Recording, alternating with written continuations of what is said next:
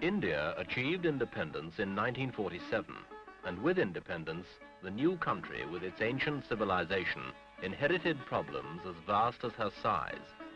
The government set about the task of making a democratic nation out of diverse peoples speaking hundreds of different languages. Their religion was one of love, love between husband and wife, love as a means of conquering self. Unworldly, they were called.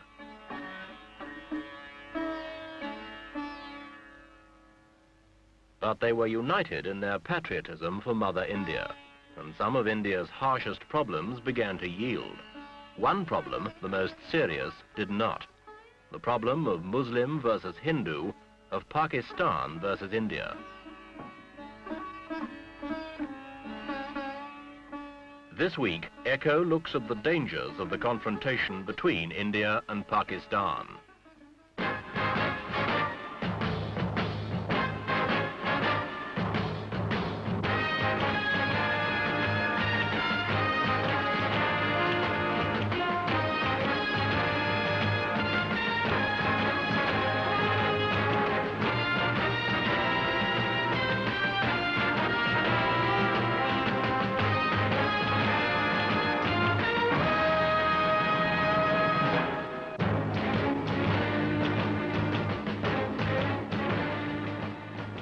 New Delhi itself, the capital of India, illustrates the achievements and the problems. A modern city, modern amenities, business life, shops, housing, employment, organization, the rule of law, care for the environment, planning, administration.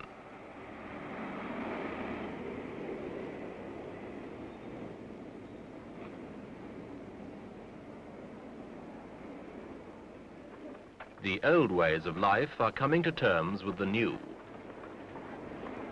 Overpopulated still, but India has made headway in controlling a disastrous rise in the birth rate. Indian farmers are taking to new ways. Miracle rice and wheat are beginning to feed the stomachs of a country that contains nearly 15% of the human race. The effects can be seen. Things are better.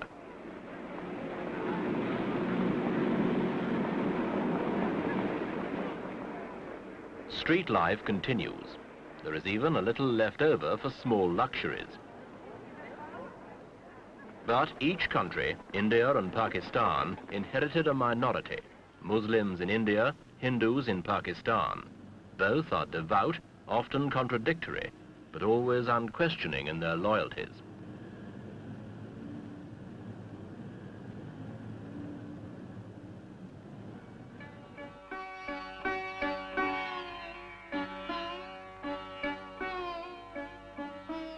The Ganges, the sacred river of the Hindus, contains along its banks the continuing history of Hindu architecture and of Hindu devotion.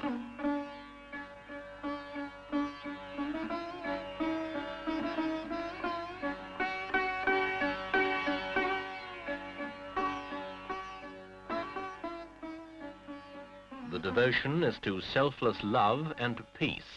The individual may achieve this.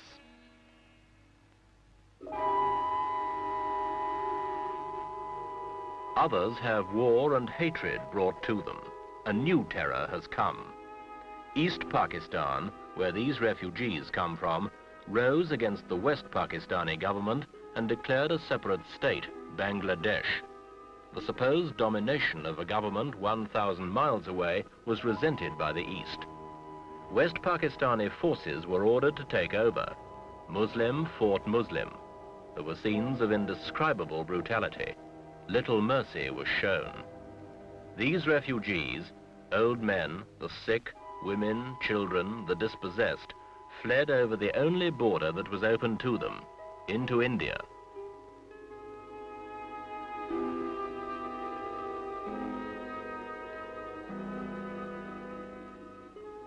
They cannot go back.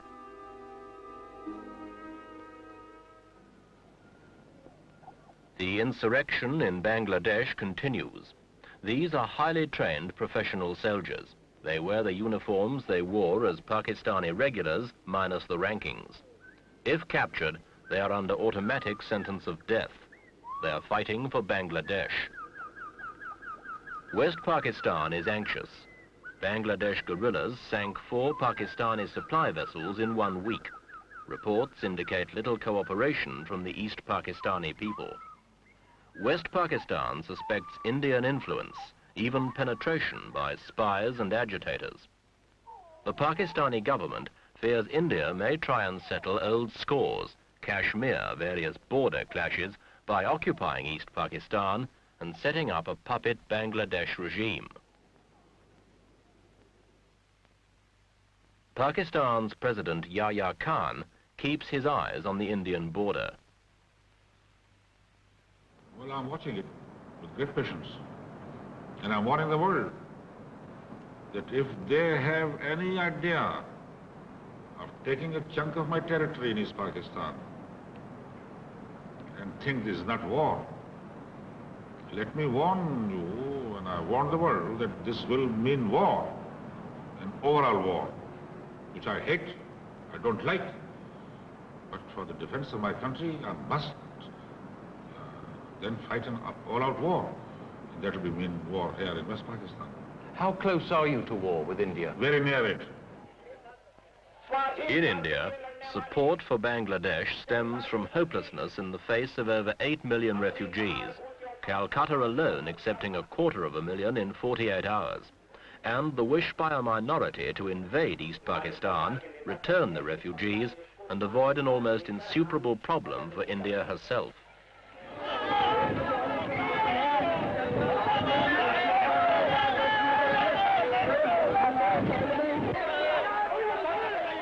The police managed to retain control and try, wherever possible, to cool hot tempers, in line with the government's policy of Indian sovereignty and control within her own borders, while avoiding provocation to those outside.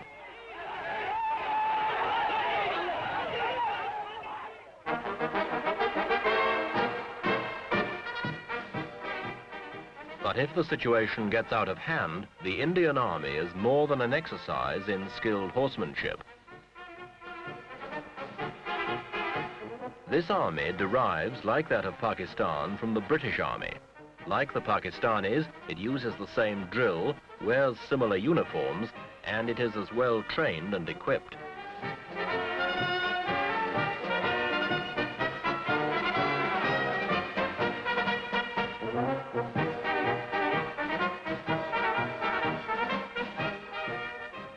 Should these two forces meet in combat, it will not be with ceremonial pomp.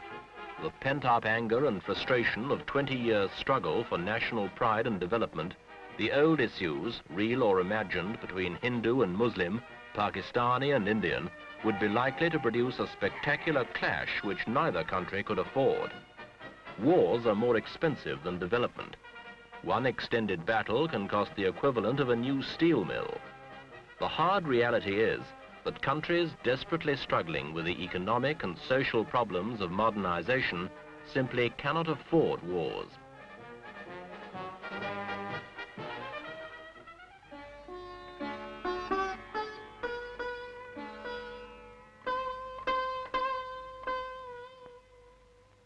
Civil war in East Pakistan, crisis in the subcontinent.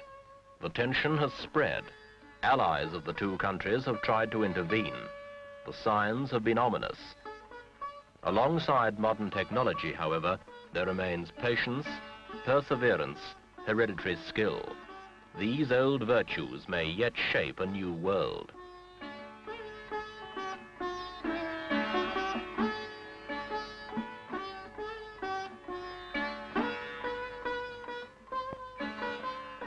It is difficult to counsel patience to a people who have suffered centuries of poverty, famine, and underdevelopment, both Indian and Pakistani. An outburst of frustration would not be hard to understand.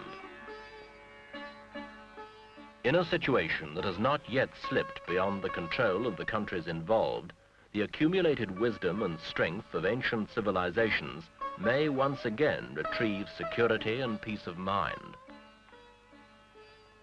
The ability to adapt and endure has been proved over thousands of years. This may now be needed perhaps more than science and technology, in the way that lies ahead.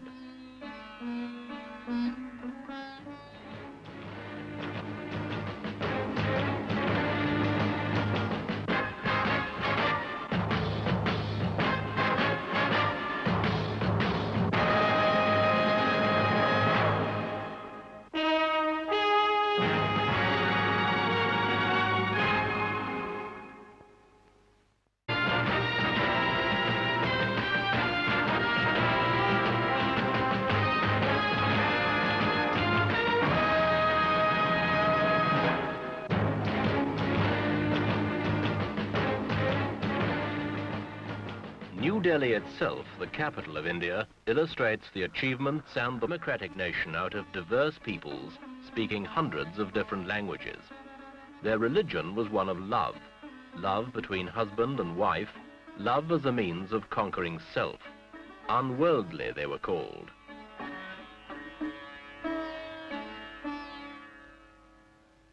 But they were united in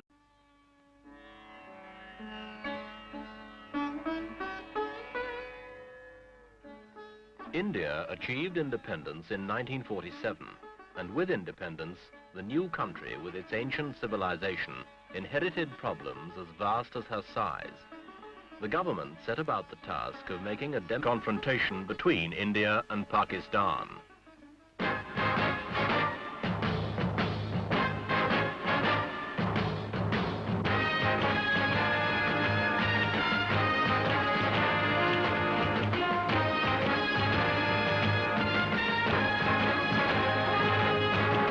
Their patriotism for Mother India, and some of India's harshest problems began to yield. One problem, the most serious, did not. The problem of Muslim versus Hindu, of Pakistan versus India.